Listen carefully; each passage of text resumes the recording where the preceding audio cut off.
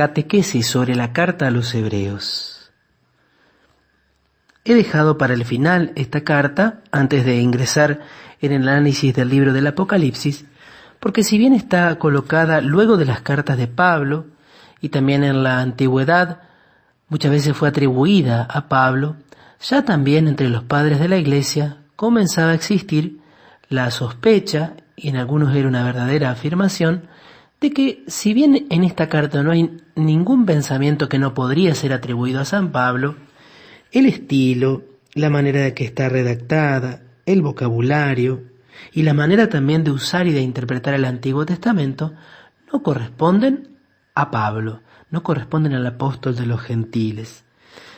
Esto fue afirmado, por ejemplo, por uno de los más grandes estudiosos de la Sagrada Escritura, por uno de los más grandes autores de los primeros siglos, llamado Orígenes, quien dice: los pensamientos son de Pablo, pero las frases y la redacción son de otra persona. Únicamente Dios sabe quién escribió esta carta. Orígenes es un gran escritor cristiano del siglo III. Y esta carta, aunque tiene una conclusión en estilo epistolar, donde, como se acostumbra, hay saludos, hay recomendaciones concretas, se nombran también a personas, como en este caso a Timoteo. Este escrito da la impresión y tiene todo el aspecto de una homilía o sermón litúrgico. ¿A quién va destinado? Son personas que tienen necesidad de unas palabras de exhortación porque su fe estaba en peligro. Nuevamente aparece este tema tan clásico de la gran mayoría de las cartas que hemos ido analizando. Eran personas que después de un primer entusiasmo, de su conversión y de su entrega a Cristo, se habían dejado arrastrar por la fatiga y el desaliento. Esto hacía que había algunos que dejaban las asambleas litúrgicas y su formación cristiana dejaba mucho que desear. Por otra parte, como ya hemos visto en otras comunidades, las pruebas y persecuciones habían provocado el desconcierto, porque el Señor permitía esta oposición a su iglesia. El autor entonces de este escrito, de esta homilía, de la carta a los Hebreos, los exhorta a seguir el camino que conduce desde este mundo perecedero al mundo celestial. Es una carta en la cual se va a hablar mucho del santuario celestial y del cielo y de la esperanza de los cristianos. Y para poder llegar allí, el autor presenta a Cristo como el sumo sacerdote. Ese es el gran tema de la carta a los Hebreos. Cristo es el sumo, el nuevo y el eterno sacerdote, que ha sellado la nueva alianza entre Dios y los hombres, y es aquel que la ha sellado con el nuevo, el único y el perfecto sacrificio. Y este Cristo ahora ejerce en el cielo una mediación eterna. Aparece Jesús entonces como aquel que ofrece el sacrificio, que ya no es con sangre de toros o de chivos, sino que es con su propia sangre, que ingresa en el santuario celestial, pero que también allí en el santuario celestial continúa siendo mediador, continúa ejerciendo su intercesión por todos nosotros. Esta carta entonces va a describir ese itinerario de la Iglesia en marcha hacia la tierra prometida, guiada por Jesucristo. También hay muchas comparaciones con los personajes e instituciones del Antiguo Testamento, pero siempre se destaca la suprema grandeza de Cristo y la superioridad de la nueva alianza con respecto a la antigua. También es otro tema que aparecía como amenazando la fe de los creyentes. ¿Cristo es o no es el Salvador definitivo? Entonces se habla en esta carta de la supremacía de Cristo por encima de todos los ángeles y por supuesto por encima de todas las figuras del Antiguo Testamento. ¿Quién es el autor de esta carta? No sabemos su nombre, pero podemos decir que es un judío helenista, un muy buen conocedor de la traducción griega del Antiguo Testamento. Recordar las primeras catequesis, que había muchos libros del Antiguo Testamento que habían sido escritos en hebreo y luego traducidos al griego.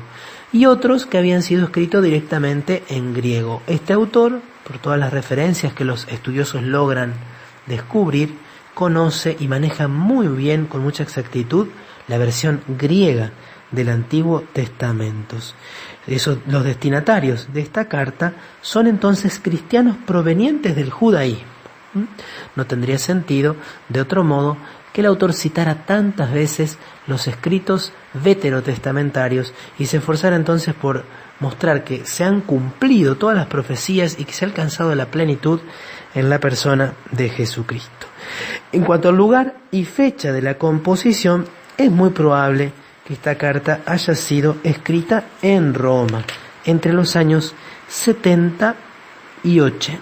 Así lo que se puede deducir de estas referencias que están, por ejemplo, en el capítulo 13, versículo 24, donde dice: saluden a todos sus dirigentes y a todos los hermanos de Italia les envían saludos. Como siempre, entonces, vamos a tratar de encontrar algunos de los pasajes más importantes o más sugerentes de esta carta. Indudablemente que uno de ellos es el breve prólogo, tan sustancial, casi podríamos ponerlo al mismo nivel que el prólogo del Evangelio de Juan.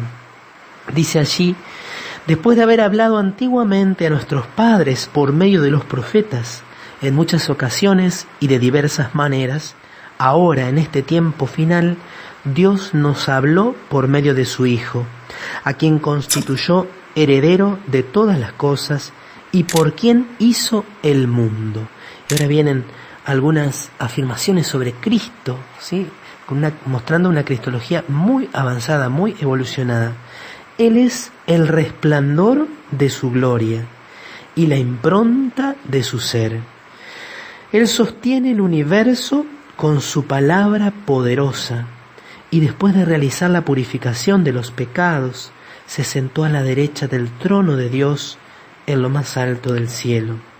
Así llegó a ser tan superior a los ángeles cuanto incomparablemente mayor que el de ellos es el nombre que recibió en herencia. Entonces Cristo aparece ya en la creación, Cristo sosteniendo el universo con su palabra poderosa, Cristo realizando la purificación de los pecados a través de su Pascua. Se afirma entonces en el capítulo 1, citando muchos textos del Antiguo Testamento, la superioridad de Cristo sobre los ángeles y sobre todas las demás criaturas. Se habla también allí en el capítulo 2 de la redención.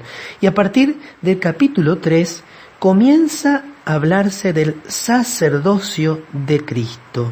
Comienza a llamarse a Jesús apóstol y sumo sacerdote de la fe que profesamos.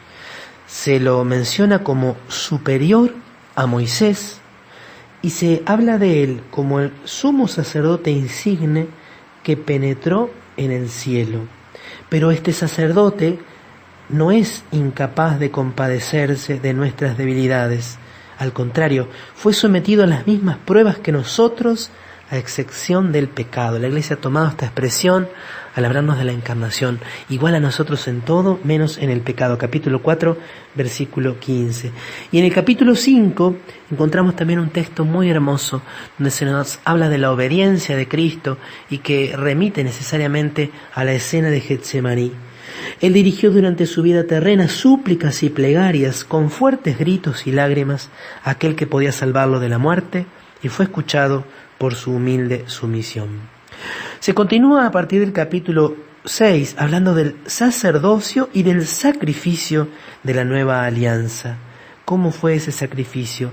Se nos dice que el sacerdocio de Cristo no es del orden de Aarón, sino del orden de Melquisedec, y se compara el culto del Antiguo Testamento y el culto del Nuevo, marcando por supuesto la superioridad del culto del Nuevo Testamento.